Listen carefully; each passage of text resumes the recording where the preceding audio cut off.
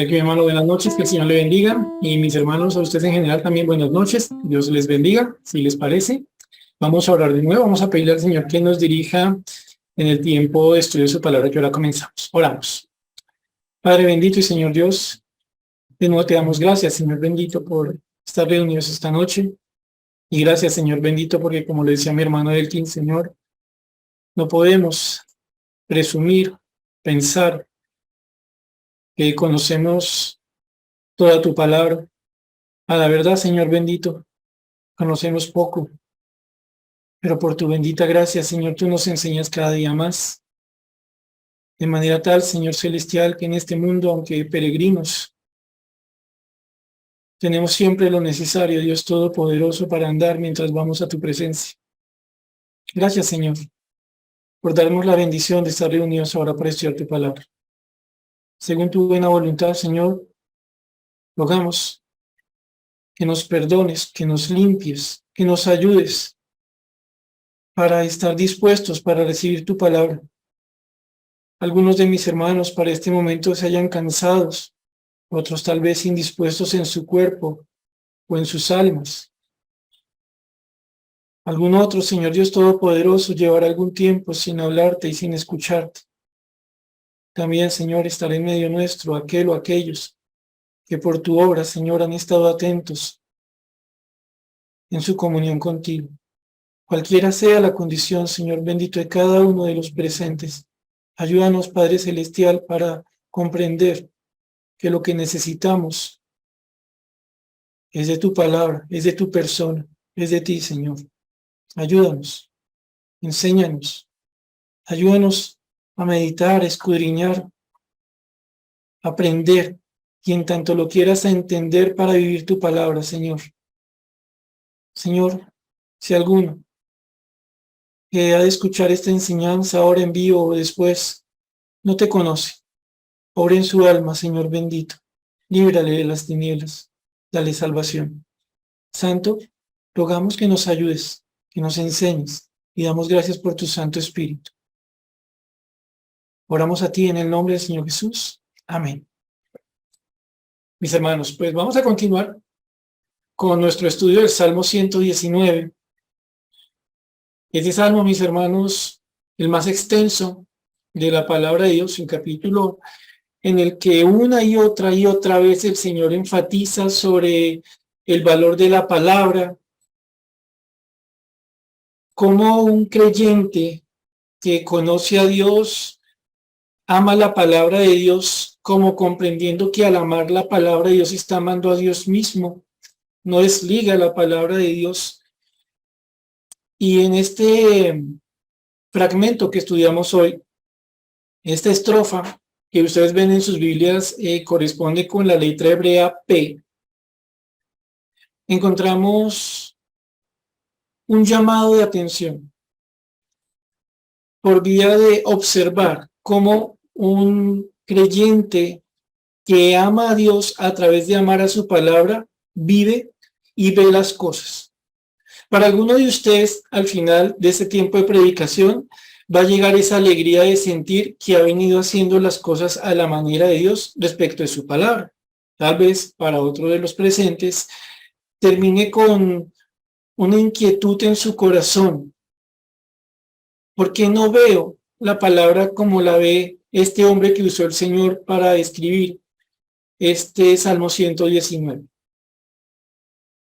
Y es que ustedes saben, mis hermanos, que hay por lo menos dos grandes formas de despreciar las cosas. Para despreciar algo, basta con, en primer lugar, no conocer el valor de ese algo. Entonces, uno puede despreciar algo porque no conoce el valor de ese algo.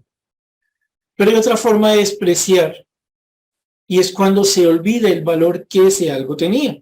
Y entonces, sea porque no se conoce el valor o porque se ha olvidado el valor, se termina despreciando.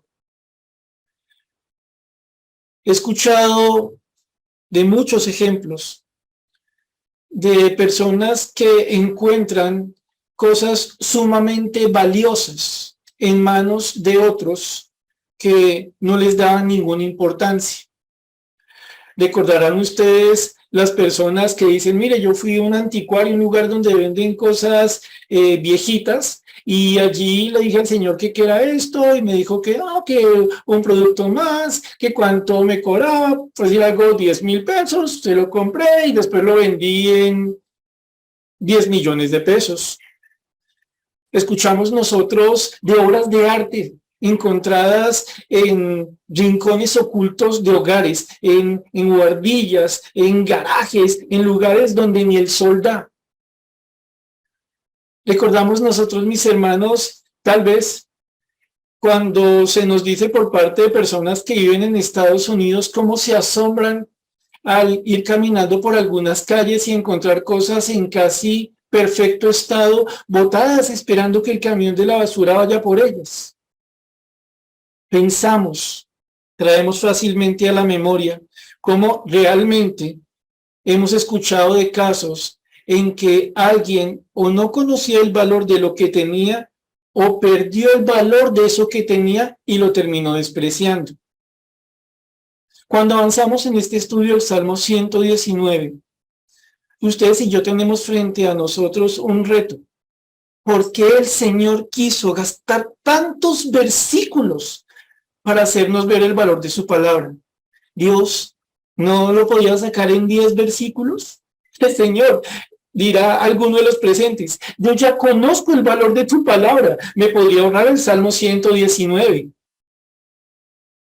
Pero Dios, que sí nos conoce, que no tiene los problemas que nosotros sí, por el engañoso corazón que llevamos adentro, sabe que tiene que recordarnos el valor de lo que Él nos ha dado para tener con Él no solo esta salvación que ahora disfrutamos, sino la comunión, el avanzar en nuestro caminar con Él. Algunas cosas entonces de la porción que nos toca hoy, para algunos van a ser la alegría, Señor, gracias porque lo he entendido, para otros va a ser un reto, Señor, perdóname, he despreciado lo que me has dado. Miren lo que dice el Salmo 119, versículos 129 a 136. Repito, Salmo 119, versículos 129 al 136. Una estrofa compuesta por 8 versos que tienen en su título la letra hebrea P. Y en esta porción leemos lo siguiente, Salmo 119, versículos 129 al 136. Maravillosos son tus testimonios, por tanto, los ha guardado mi alma. La exposición de tus palabras alumbra, hace entender a los simples. Mi boca abrí y suspiré, porque deseaba tus mandamientos. Mírame y ten misericordia de mí, como acostumbras con los que aman tu nombre. Ordena mis pasos con tu palabra, y ninguna iniquidad se enseñoree de mí. Líbrame de la violencia de los hombres, y guardaré tus mandamientos. Haz que tu rostro resplandezca sobre tu siervo, y enséñame tus estatutos. Ríos de agua descendieron de mis ojos, porque no guardaban tu ley. Y arrancamos con este versículo 129, donde en su primera parte ustedes leen, maravillosos son tus testimonios. Recuerden, la palabra testimonio es otro de los sinónimos que encontramos a lo largo de este salmo para referirse a la palabra de Dios. Estatutos, mandamientos. El salmista, bajo la guía del Espíritu Santo, hace una afirmación respecto de la palabra de Dios. Él dice, considera, evalúa, aprecia la palabra de Dios. ¿Cómo?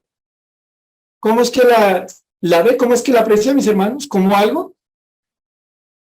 Como algo maravilloso, ¿cierto? Y entonces nosotros decimos, claro, algo maravilloso, pues chévere, pero quiero llevarles a pensar en varias cositas. ¿Por qué es maravillosa la palabra de Dios? Pues porque para mí es muy valiosa, diría alguno. No. Los creyentes no le damos el valor a la palabra de Dios.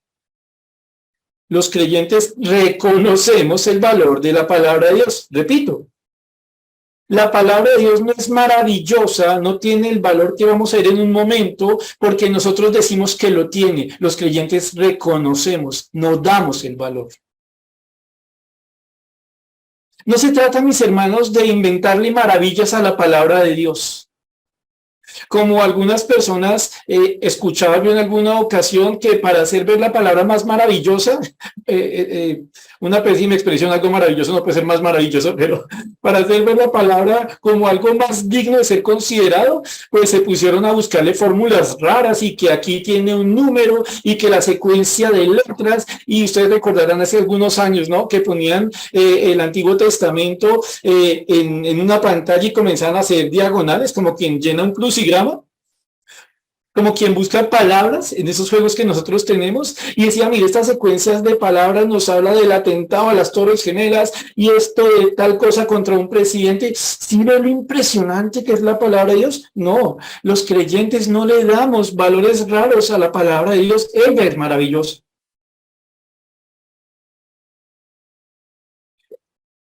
La pregunta entonces está en cómo podemos nosotros reconocer, darnos cuenta que la palabra de Dios es maravillosa. Pues recordemos un par de cositas nada más. La primera, en Éxodo 15, capítulo 11, Éxodo 15, 11. Voy a pedirles que nos movamos muy rápido a ciertos versículos, algunos otros tal vez solo escucharán la lectura por efectos de tiempo, pero les pido que vayan un momento a Éxodo capítulo 15, versículo 11.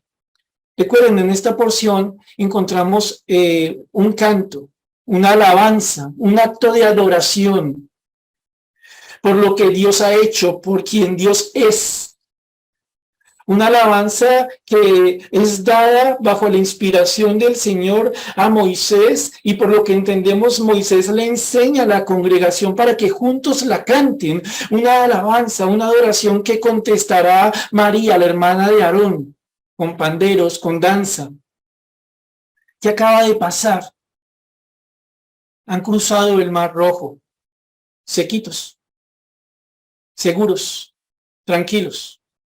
Atrás, el ejército más fuerte bajo las aguas, destruido, vencido, sin que ellos hayan tenido que hacer nada distinto que marchar por donde Dios les dijo que marcharan. ¿Por qué lugar? Por un lugar que sonaba como imposible de atravesar, hasta que vieron la maravilla, el poder, el milagro de Dios, haciendo que con un viento recio las aguas se secaran para que su pueblo pasara. Y esos que se habían levantado contra Dios, que se preguntan en el capítulo anterior, oiga, ¿quién nos dio? ¿Cómo es que los dejamos irse? Ahora son vencidos. Ahora están hundidos, literalmente. Esta escena es la que tenemos en el capítulo anterior. Y entonces vemos este cántico que leemos en el versículo 11 de la siguiente manera. ¿Quién como tú, oh Jehová, entre los dioses? ¿Quién como tú, magnífico en santidad, terrible en maravillosas hazañas, hacedor de prodigios? En este cántico, Moisés hace una pregunta de la que todos los presentes al cantarlo saben cuál es la respuesta. Nadie es como nuestro Dios. Eres magnífico, eres grande, eres majestuoso en santidad, incomparable. Eres terrible en maravillas, en maravillosas hazañas. Señor, se te alaba con temor al comprender quién eres tú, con ese temor reverente de comprender, wow, este es mi Dios. Y dice, hacedor de prodigios. La palabra que ustedes encuentran aquí traducida como prodigio es la misma que encontramos traducida maravillosos en el versículo 129 del Salmo 119. Es decir, que si nos damos cuenta, en primer lugar, cuando hablamos de maravilloso, estamos hablando de algo milagroso, de algo de un poder inexpresable, algo que está completamente afuera de la capacidad humana, algo que solamente Dios, el Dios verdadero, puede hacer. Cuando pensamos en la palabra de Dios, o como dice el Salmo 119 en el versículo que estamos mirando, en los maravillosos testimonios de Dios, nosotros pensamos en algo que es como el poder de Dios expresado, entre otras cosas, cuando le dio libertad a un pueblo perseguido por opresores, opresores que terminan muertos, un pueblo libre, un pueblo que había visto ahí a su bendito Señor haciendo los prodigios. Entonces, cuando pensamos en lo maravillosa que es la palabra, pensamos, wow, el poder de mi Señor en acción, obrando muchas veces en nuestro favor. No es cualquier poder, es el mayor poder, es el omnipotente obrando. ¿Qué otra cosa vemos nosotros cuando pensamos el término maravilla o maravilloso? En Isaías capítulo 9, versículo 6. En Isaías capítulo 9, versículo 6, como les dije, voy a pedirles que nos movamos en algunos versículos.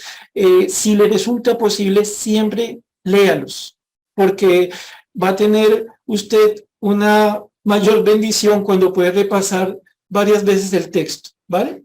En Isaías 9, 6 nosotros encontramos una descripción que hace el Señor mismo del Mesías, del Señor Jesucristo. Claro, estamos hablando de la época de Isaías, cuando el Señor Jesucristo en su venida era una promesa, cuando era un anhelo para Israel. La nación recordaría cuando anhelaba al Mesías, que tendría una serie de títulos, sería descrito por el mismo Dios con unas características que solo Él tendría. ¿Cómo sería ese Mesías esperado?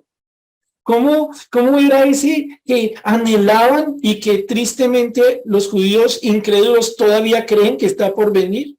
Miren a quién esperaban ellos. Miren quién es nuestro Señor Jesucristo. Entre otros títulos encontramos lo siguiente, versículo 6 de Isaías 9. Porque un niño nos es nacido, hijo nos es dado, y el principado sobre su hombro.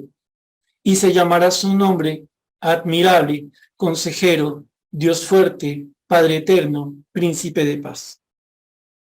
En lo personal, creo que cuando ustedes ven o cuando vemos estos títulos del Señor, son títulos que se trabajan en pares, ¿vale? Son títulos que van unidos de a dos. Por ejemplo, Dios fuerte. Por ejemplo, Padre eterno. Por ejemplo, príncipe de paz. Y admirable consejero. Es decir, como lo traduce la nueva versión, la nueva traducción viviente, el consejero maravilloso. Sí, la misma palabra que ustedes encuentran allí traduciéndose como admirable es la palabra que en el Salmo 119 se traduce como maravilloso. Es decir, que el Señor Jesucristo, el Mesías anunciado, que por la bendita gracia ya vino y en quien hemos creído para ser salvo, tiene entre esas características que le hacen único el ungido del Señor, que es Él, no un, sino Él, admirable consejero. El que tiene todo el conocimiento, porque es omnisciente, el que conoce lo más profundo de Dios, el que vino a entregarnos el conocimiento de Dios para que realmente pudiéramos conocer a Dios y en la persona de Cristo ser salvo, el que realmente sabe gobernar, sí, como el Rey de los Reyes, como el que está por encima de todo rey, como el que anhelamos para el reino milenial, al que verá reinando este mundo y se dará cuenta cómo es que reina Dios, pero también como el que es el mejor de los pastores, el que sabe guiar a sus ovejas, el que dio su vida por sus ovejas. Este admirable consejero, este que tiene un consejo maravilloso, tan maravilloso como el poder mismo de Dios, como la palabra misma de Dios, es nuestro Dios, a quien siempre podemos recurrir pidiendo guía y quien siempre nos da la mejor de las guías. Nunca se equivoca, le resulta imposible. Entonces, queríamos mirar ¿qué es esto de maravillosos son tus testimonios? Y entonces pensamos, maravilloso poder, milagro, lo que deja asombrado, lo que es incomparable, como las obras milagrosas del Señor para librar a su pueblo de la opresión de Egipto y el paso del Mar Rojo y tantas otras cosas que conocemos. Como el mismo Señor Jesucristo siendo un admirable consejero. Desde el principio encontramos nosotros que este hombre de Dios, que este creyente entiende el valor de la palabra. Los testimonios de Dios son maravillosos. Pero noten algo interesante, mis hermanos. ¿Cómo especialmente ustedes notan que él considera o cómo se evidencia que él realmente está valorando adecuadamente los testimonios de Dios como algo maravilloso? Porque les digo, bueno, hermanos, saquemos una hojita y por favor dígame algunas características de la palabra de Dios. Entonces, que es inspirada, que es revelada, y voy a poner que es maravillosa. Uy, pasé. No es por ese lado. ¿Lo notan? ¿Cómo sabemos que para ese salmista la palabra era maravillosa? Por lo que pide. Por tanto, teniendo en cuenta lo anterior, los ha guardado mi alma. ¿Lo notan? Y miren, si traemos el ejemplo de las personas que votan cosas maravillosas, las votan porque no entendieron su valor, porque no comprendieron lo que tenían, porque nunca lo conocieron o porque lo olvidaron. Las personas que están sin Dios en este momento, muertos en sus delitos y pecados, no entienden la maravillosa palabra de Dios. Nosotros, por gracia, tenemos una nueva vida, el Espíritu Santo morando en nosotros, así que nosotros sí podemos entender. Y tal vez nuestro mayor problema no es que no sepamos, sino que hemos olvidado. Sí, el olvido puede ser una profunda desgracia para la vida de un cristiano. Claro, en acontecimientos o en momentos como este, cuando olvidamos el valor de la palabra. ¿Cómo sabemos que la palabra no es maravillosa, que no tiene el valor que debe tener en nuestras almas? Cuando no la guardamos. ¿Lo notan? ¿Tan sencillo? Si guardo la palabra es porque valoro la palabra. Si no valoro la palabra por lo que ella es, algo maravilloso como el poder de Dios, como el Señor Jesucristo mismo, entonces puedo saber mucha Biblia y no me importa. Y no la guardo. Y no la vivo, y dejo que otra cosa sea la que se ocupe de guardar mi alma. El orgullo, la soberbia, la religiosidad, los anhelos sociales y tantas otras cosas. El que comprende el valor de la palabra sabe que lo comprende porque la palabra es la que dirige, la que guarda su vida, porque él obedece esa palabra. Avancemos otro poquito. Miren entonces, cómo en el Salmo 130 aparece algo que es consecuente, que tiene que ver con el versículo anterior. El Salmo 130 dice, la exposición de tus palabras alumbra, hace entender a los simples. Miren, tan bonito. Cuando una persona aprecia algo, lo observa tanto y se da cuenta del valor, o sea, toma el valor de ella, no se inventa cosas, esto es valioso porque a mí me parece, no, lo veo y entre más lo veo y entre más lo aprecio, más elementos del valor encuentro. Ahí estaban, a mí me corresponde es encontrarlos, aceptarlos, conocerlos, no inventarlos. Otra cosa que encuentra aquí el salmista, ¿qué es? Que la palabra es como el lugar por el que pasa la luz, como la luz misma. Un comentarista de apellido Davis dice, y les leo literalmente, en Palestina las casas en su mayoría carecían de ventanas y la luz entraba por el portal. Es decir, para esta persona posiblemente había una idea en su cabeza. ¿Cuál idea? La de tener una casita, como las de las tierras bíblicas en los tiempos bíblicos. Y esta persona muy posiblemente tendría una experiencia de todos los días. Si la puerta de su casa estaba cerrada, no veía nada. Pero cuando abría la puerta, la luz atravesaba la puerta y entonces podía ver las cosas. La palabra exposición que ustedes encuentran aquí significa literalmente apertura. Como si dijéramos, la apertura de tus palabras alumbra, hace luminoso. Sí, repito, lo que estamos viendo aquí es una persona que ha encontrado, que se ha dado cuenta que la palabra es la que le ha dado luz a su vida. Como si hubiera abierto la puerta de su corazón y la palabra hubiera iluminado todas las cosas. Pero una vez más, no es un examen de teología, no es un examen de bibliología, es un asunto de vida. Es un asunto de comprensión práctica, de sabiduría. Y entonces, ¿cómo sabemos nosotros que el salmista realmente entiende que la palabra ilumina, que es como la puerta abierta por la que pasa la luz para ver las cosas? Porque hace entender, o sea, es tan fuerte la luz de la palabra de Dios que es capaz de hacer entender a los simples, que le da la capacidad de comprender, de incluso obrar sabiamente a alguien que antes era un simple. ¿Y qué es la palabra simple? ¿Qué nos dice la palabra simple? Literalmente es un tonto. Que lo dice el Señor, no lo digo yo. Lo que significa la palabra en el idioma original. Un simple es un tonto. ¿Pero qué clase de tonto? Un seducible. Uno al que es fácil de engañar.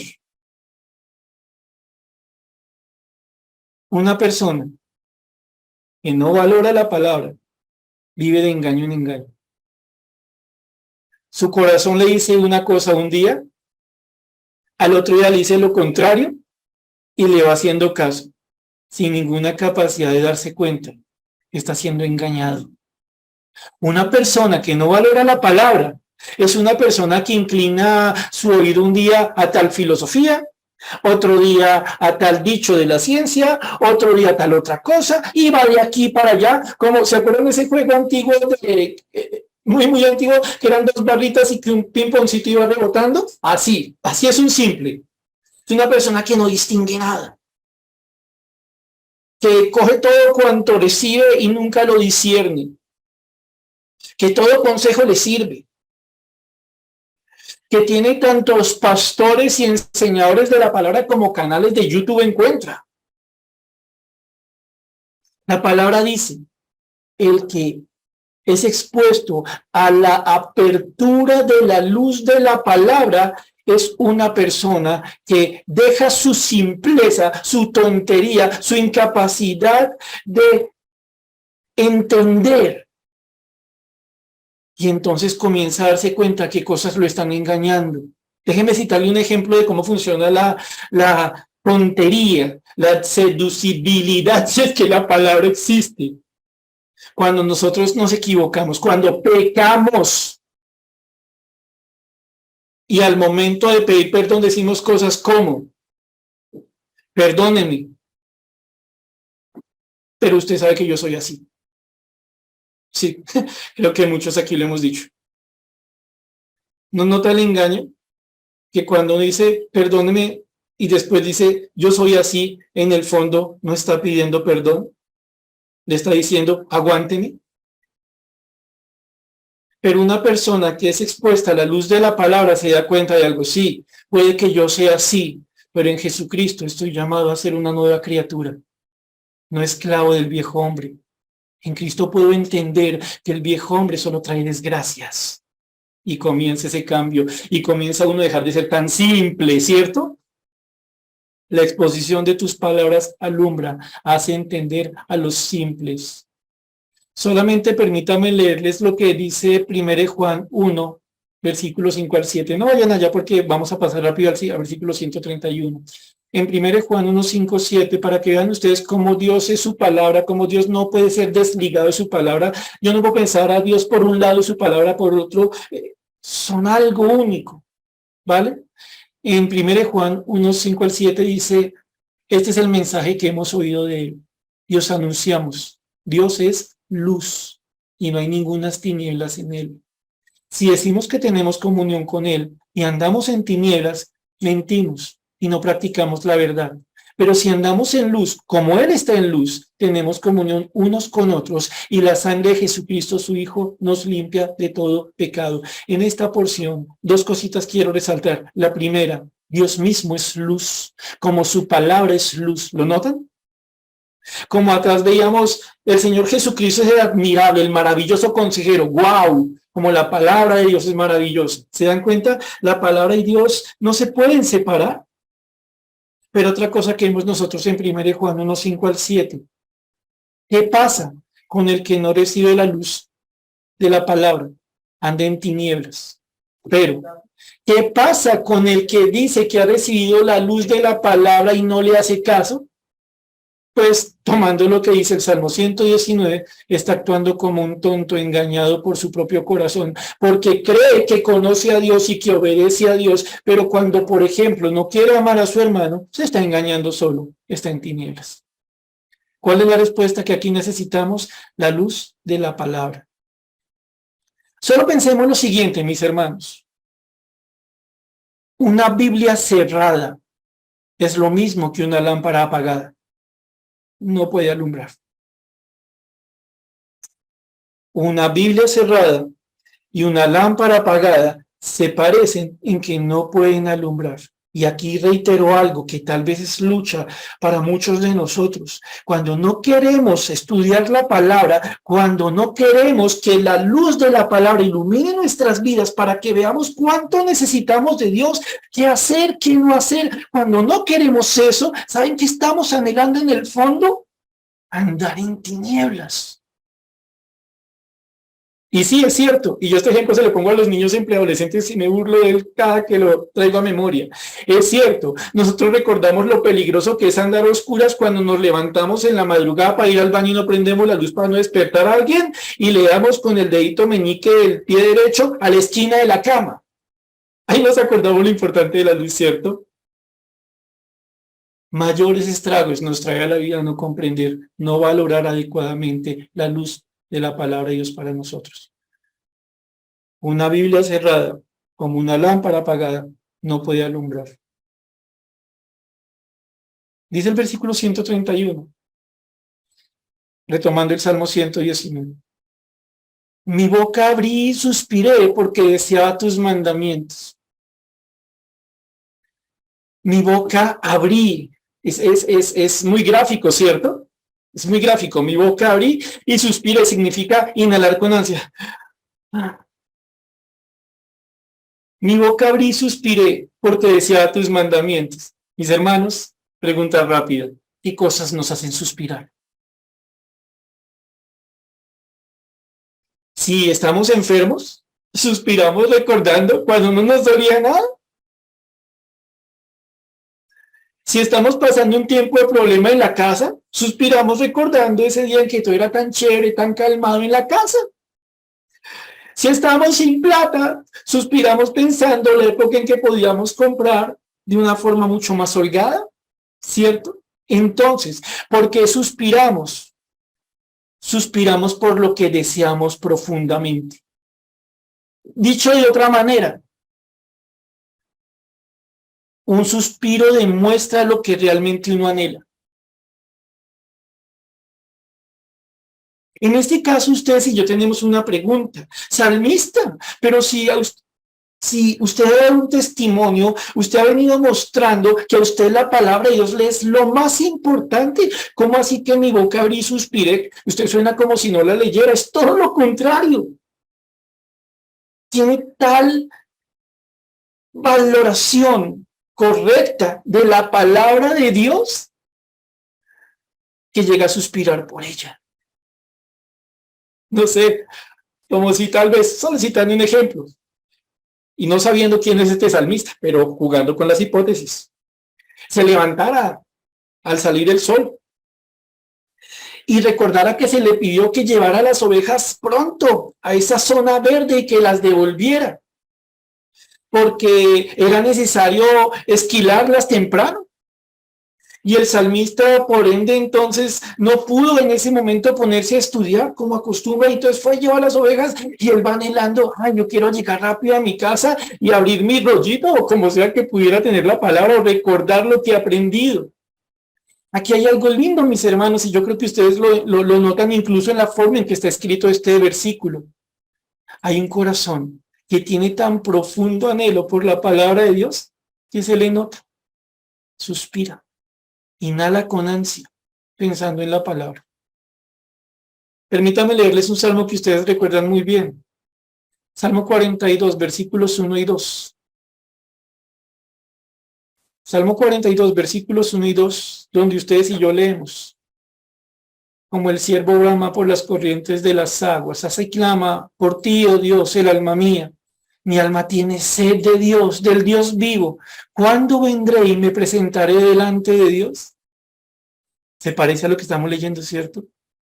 Como un ciervo, como un animalito en un lugar árido donde seguramente me encontraría agua con tanta facilidad, pero sí estaría expuesto a condiciones de arena, de calor, de cosas que le desgastan y causan sed. A este animalito no toca explicarle lo que es la sed, entiende. Y este animalito entiende algo. La sed no se resuelve masticando arena. No se resuelve buscando opciones. Se resuelve yendo al agua. Un animalito, mis hermanos, un animalito. Nos recuerda a Dios por medio de un siervo cómo funciona la sed, cómo es el anhelar la palabra. Sí, esta persona que conoce a Dios le dice a Dios, Señor, tengo sed de ti, no de una religión, del Dios vivo. ¿Cuándo vendré y me presentaré delante de Dios? Déjenme preguntarles una cosa, mis hermanos, y esta pregunta se replica o se repite en mi interior. ¿Hemos suspirado alguna vez por podernos sentar a leer la palabra de Dios? Se le cansa. Tal vez sí. ¿Cuándo? Tal vez en un momento de mucha dificultad, ¿cierto? Y tal vez si usted lo ha hecho, como lo he tenido que hacer yo, usted recordará una cosa. Nos salimos vacíos. Nadie dice que cuando usted va con sus problemas delante de Dios, orando y abre la palabra para buscar el consejo del Dios que es luz, del Dios todopoderoso, usted salga sin los problemas. Usted sale con paz en su alma de saber que esos asuntos, esas luchas están en las manos del Dios que sí puede hacer algo y que Él en su palabra le da consejo para ser paciente mientras Él obra, ¿cierto? Pero también hay otras ocasiones en que nuestra boca se abre cuando leemos la palabra. Se abre para emitir un bostezo.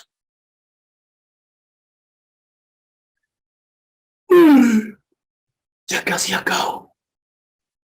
Wow. ¿Cuántos minutos quedan de la predicación de hoy? A veces, mis hermanos, no nos damos cuenta que a pesar de las muchas limitaciones que tenemos,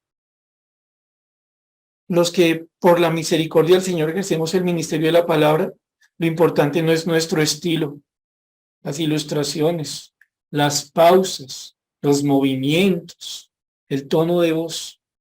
Lo importante es que esté dando su palabra, el tiempo que toque, el tiempo que se necesite. Porque cuando hay sed, no estamos para comer arena. Y no estamos para decirnos allá adentro, aguante, mañana tomo, ¿cierto? Porque es una necesidad. Solo una cosa más en este punto.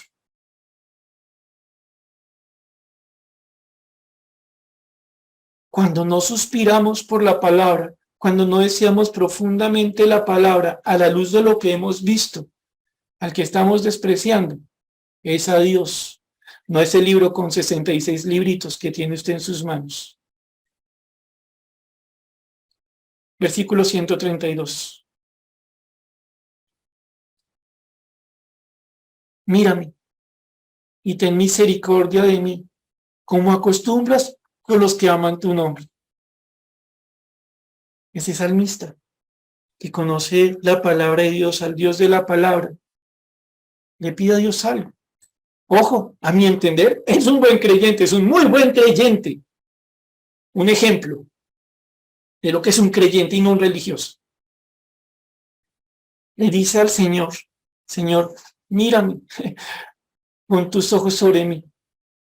No es que Dios no lo estuviera mirando, es que él anhela la mirada de Dios. No es que no sea uno amado, es amar el amor, es anhelar el amor, ¿cierto? Mírame y dame lo que merezco, que sí que soy un duro, porque yo sí valoro tu palabra, porque yo sí la estudio, porque yo sí la enseño, porque qué tipo tan juicioso, podría decir algunos de nosotros en medio de las locuras carnales que se nos vienen a la mente, ¿cierto? Pero no es el caso de este hombre que dice, mírame y ten misericordia de mí. La palabra misericordia, lo hemos dicho en otros momentos, significa doblar o inclinarse en bondad hacia un inferior. Doblar o inclinarse en bondad hacia un inferior. El salmista le pide a su Señor, a quien ama, cuya palabra ama, le pide a ese Dios que lo mire con una lente, que le trate con unas manos misericordiosas, con las manos de aquel que siendo infinitamente superior, el Dios maravilloso, que se doble, que se agache hacia aquel que está abajo. Él es un pecador, está limitado, que no sabe guiar su vida, que sin Dios solo sabe equivocarse. Se le pide al Dios, al buen Dios, al verdadero, bueno, santo, justo Dios, que se incline en favor de uno, que está aprendiendo a conocerlo y que necesita que ese Dios tenga misericordia hacia aquel que pide que se le mire. Ten misericordia de mí. Y miren tan lindo, como acostumbras, como tú decides, Señor, tú siempre decides lo que es correcto. Tú no tienes, ¿se acuerdan? Creo que era el Chavo, se me chispoteó. No, a Dios no se le chispotea nada. Dios tiene la costumbre de ser justo, de ser recto, de ser bueno, de ser misericordioso. Este hombre que conoce a su Dios dice, Señor, trátame con esa costumbre tuya. Ahora, parece algo interesante, dice, mírame y ten misericordia de mí como acostumbras con los que aman tu nombre. Y yo no sé si a usted le pasa lo que me pasa a mí cuando uno encuentra en la Biblia cosas como, mira cuánto te amo o algo parecido, uno dice, no, ya perdí el año. No, yo iba bien. Pues que cuando parece como una condición el amar a Dios, yo digo, no, Señor bendito, porque yo sé que yo te amo tanto como guardo tus mandamientos. Señor, que yo muchas veces soy retorcido, Dios mío. Tú me has hecho ver que hay cosas que amo que no debiera amar. Ah, Señor. Y entonces, pero no tiene algo bonito. Este salmista sí entiende el valor de la misericordia y se da cuenta de algo. Claro, a Dios se le ama según el amor que Él quiere que nosotros le demos. Pero Dios nunca ha dicho que solo le pueden amar los perfectos, porque entonces nadie le amaría. A Dios le ama aquel que busca conocerle. Y entre más le conoce, bajo la guía del Espíritu Santo, más aprende a guardar o, como vamos a ver, a ordenar sus pasos. Esto no implica que sea perfecto, esto implica que lucha, que se esfuerza, que se esmera, que es diligente, que es constante, que no se cansa, que entiende que esta tierra no es para descansar, ni para rendirse, ni para claudicar, ni para negociar. Esta tierra es de peregrino que va pasando por zona de guerra. Y entonces esmera en la gracia del Señor. Y cuando falla, corre a su Señor a pedirle que le perdone. Sí, es difícil entender este equilibrio. Pero la vida de un genuino santo que va creyendo en santidad se caracteriza por una genuina y constante inclinación a la obediencia, tan genuina, tan cierta, que pide perdón sinceramente con corazón arrepentido cuando se le ha fallado a Dios. Entonces este corazón ama a Dios. No hace lo que quiere, busca hacer lo que debe en las fuerzas del Señor. No tiene algo más. Cuando el salmista le dice al Señor que le muestre misericordia, en el fondo está reconociendo algo que vimos atrás. Señor, yo sin ti solo ando en tinieblas. Ahora hay algo que yo quiero que recordemos acá. De lo que estamos hablando, mis hermanos, no es de intelectualismo. No es intelectualismo. Y para hacerme entender cuando uso esta palabra, permítanme les leo lo que dice el diccionario de la Real Academia Española cuando definimos intelectualismo. El intelectualismo se entiende como la actitud de dar preeminencia al intelecto frente a lo afectivo y lo volitivo. Se lo leo de nuevo. ¿Qué es el intelectualismo? Es la actitud de dar preeminencia al intelecto frente a lo afectivo y lo volitivo. Es decir, considerar que lo importante en la relación con Dios es saber mucho de Dios, sin importar que eso no esté afectando mi corazón, mis decisiones y mi vida en general.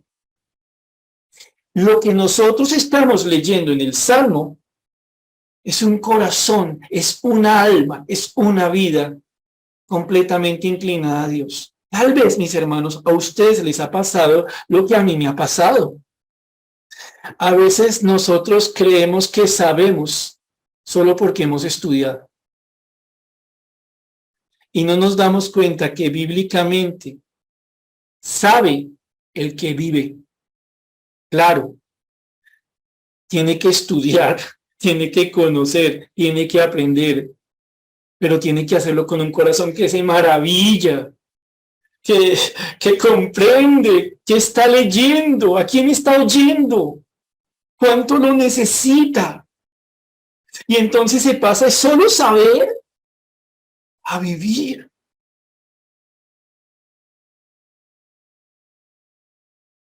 A poderle decir al Señor, Señor, yo te amo. Ayúdame a amarte como debo amarte cada día. Enséñame a guardar tu palabra, a vivir bajo la luz de tu palabra. Versículo 133. El salmista le dice al Señor, ordena mis pasos con tu palabra y ninguna iniquidad se enseñoree de mí.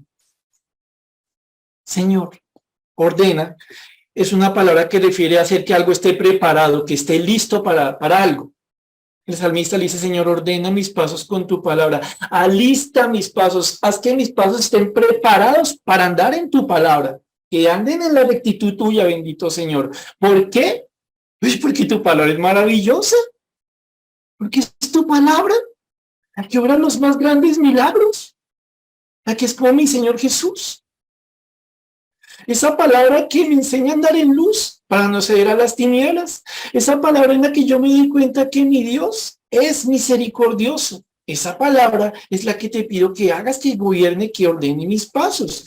Pero noten algo una vez más, no es intelectualismo, no es, sí, yo sé que yo debería hacer punto 1, punto 2, punto 3, punto 4, punto 5.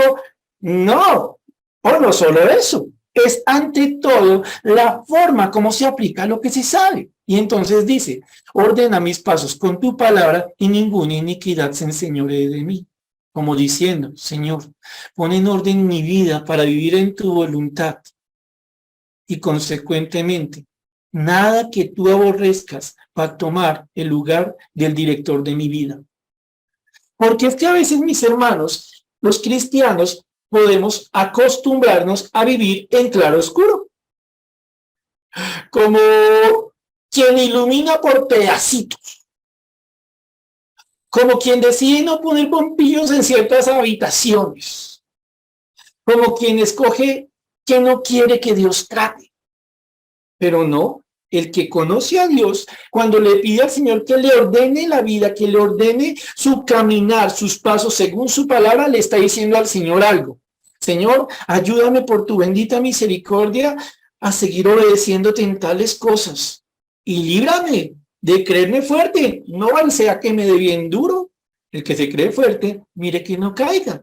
Pero también le dirá al Señor, Señor, ten misericordia. Mira, Señor, lo que me está pasando. Mira lo que te estoy fallando. Sé que está mal. Sé que te estoy ofendiendo. Ruego por tu perdón. Ruego porque me ayudes a andar en arrepentimiento, en obras dignas de arrepentimiento. Enséñame, Dios bendito. No quiero que nada inicuo gobierne mi vida, Señor. Yo no quiero lugares oscuros. No quiero eso, Dios. Les dejo solamente de tarea que lean 1 Pedro capítulo 4, versículos 1 al 3, donde ustedes van a ver claramente, y les leo solamente el versículo 3. Baste ya el tiempo pasado para haber hecho lo que agrada a los gentiles, andando en lascivias, concupiscencias, embriagueces, orgías, disipación y abominables idolatrías. Aquí lo que está diciendo el Señor, y por favor lean esta porción, es como una persona que conoce a Dios dice, ¿sabe qué? Yo ya conocí el tiempo de andar en tinieblas. No me interesa más. Señor, ordena mi caminar. En nada inicuo gobierne mi vida. Versículo 134. Le dice el salmista, Señor, líbrame, guárdame de la violencia de los hombres. Esos que son violentos en su injusticia, esos que se complacen en hacer lo malo. Señor, tú guardas mi vida. Miren tan bonito. Señor, tú guardas mi vida y yo guardo tu palabra. No está diciendo aquí, mira, Señor, tú me tienes que guardar de los peligros y yo a cambio guardo tu palabra. No es un negocio. El salmista ha aprendido que ese Dios de misericordia es quien siempre lo ha guardado, quien siempre lo ha protegido y siempre lo protegerá. Incluso, y noten lo paradójico de esto, si a él lo mataran por su fe. Alguno dirá, no, pero un segundo, no puede ser que Dios le esté guardando a uno cuando uno lo matan por él. Pero si ustedes le echan cabeza a Esteban, dice, ole, sí. Es posible que vivamos peligros estando en la voluntad de Dios. Lo que es imposible es que nos pase algo que Dios no considere útil para nosotros. Señor, guárdanos, incluso de los violentos, de los malos, de los tramposos, de los que la montan porque somos cristianos, de los que en la casa nos echan los vainazos, que es que cristiano y cosas por el estilo. Líbranos de aquellos que nos quieren desanimar, Señor, que nos quieren apartar de tu caminar. Y yo tengo un compromiso contigo. Guardar tus mandamientos. Por eso te pedí atrás que ordenes mis pasos. Porque si así van las cosas, puedo ser capaz de guardar tu palabra. Señor, haz que tu rostro resplandezca sobre tu siervo. Es bonito lo que le pide aquí el salmista. Le dice, Señor, como tu rostro. Obviamente Dios no tiene rostro, Dios es espíritu, es lo que se conoce como un antropomorfismo. ¿Qué significa esta palabra? Las ocasiones en que Dios usa algo que entendemos los hombres para entenderlo. Cuando Dios habla de sus espaldas, de sus pies, ¿sí? Entonces, aquí Dios dice, haz que tu rostro resplandezca. Repito, no es que Dios tenga un rostro, sino como si Dios tuviera un rostro. El salmista le dice, Señor, mírame, ilumíname con tu mirada, que tu rostro resplandezca sobre mí, que soy tu siervo. ¿Y cómo quieres, salmista, que esto se refleje? ¿Cómo quieres que sea evidente que el Señor te está mirando, que el Señor es la luz de tu vida?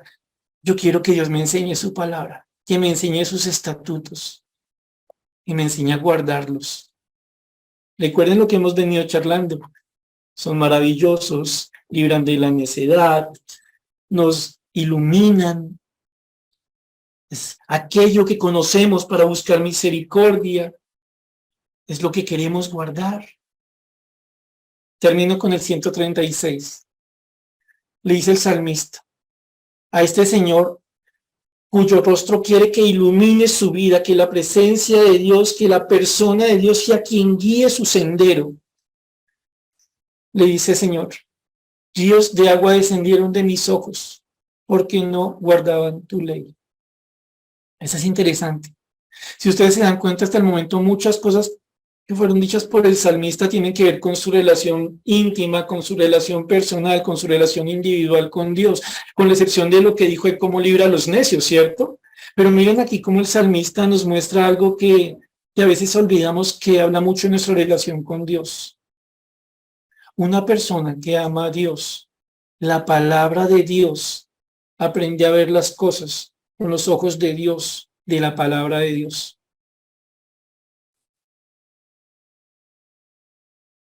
En términos del Nuevo Testamento, es una persona que va siendo moldeada a la imagen de Cristo, se va formando Cristo en su vida de forma tal que entiende, que ve, que analiza las cosas a la luz de la palabra. Ya no es un simple, ya no es uno que se deja engañar aquí y allá, ahora tiene un criterio, ahora tiene carácter en el Señor y las cosas las ve y las decide a la luz del Señor. Y esto es tan cierto que aprende a ver con tristeza la condición de los que están sin Dios. Noten algo, no dice aquí, truenos salieron de mis ojos porque no guardaban tu ley, o desenfundé mi espada con miras a atravesar el duro corazón de los que no creían en tu palabra. No, miren los ojos de la compasión. Recuerden, compasión, entre otras cosas, significa que a uno se le mueven las entrañas por las necesidades del otro, por la condición del otro. El salmista, que sí conoce el valor de la palabra de Dios y que se convierte en un llamado de atención para muchos de nosotros, dice, realmente lloré como si fuera ríos que bajaban por mis mejillas cuando vi a aquellos que no consideraban tu palabra y no la guardaban. Ojo, mis hermanos, con lo siguiente, no dice porque no conocían tu ley, no dice eso.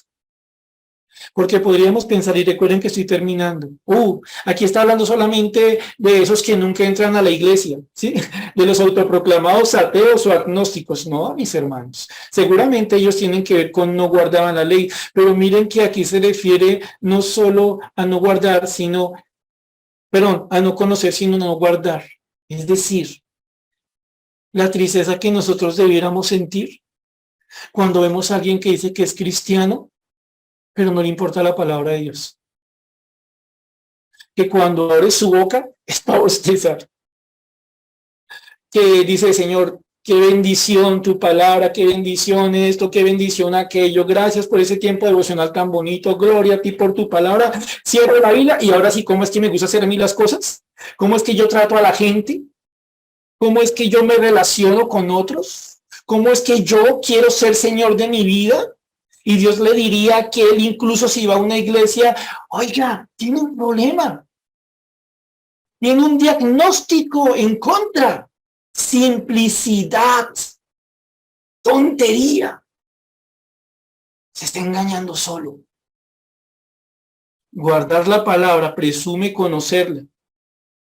Pero no caigamos en el error de pensar que porque conocemos la palabra la estamos guardando. Dijimos desde el comienzo y aquí termino. Nosotros necesitamos aprender a encontrar la maravilla de Dios en su palabra. Mientras pensemos que la palabra de Dios es algo descartable, algo menospreciable, menos importante que nuestra historia, nuestro intelecto, nuestra formación o lo que dicen los demás, la palabra siempre va a estar a un lado, no guiando, no exhortando. Mis hermanos, no le hablo a perfectos. Un imperfecto le habla a otros imperfectos que necesitamos de Dios, de su palabra, de su guía, de su enseñar, de su redarguir, de su corregir, de su instruir en justicia. Solo así vamos a ser los cristianos que debemos ser. Deleitémonos en la palabra, por lo que es la palabra. Terminemos en oración. Padre bendito, Señor, te damos gracias por esta noche, por tu palabra, por tu enseñanza, por lo preciosa que es ella, maravillosa. Como tu poder, como nuestro mismo Señor Jesucristo.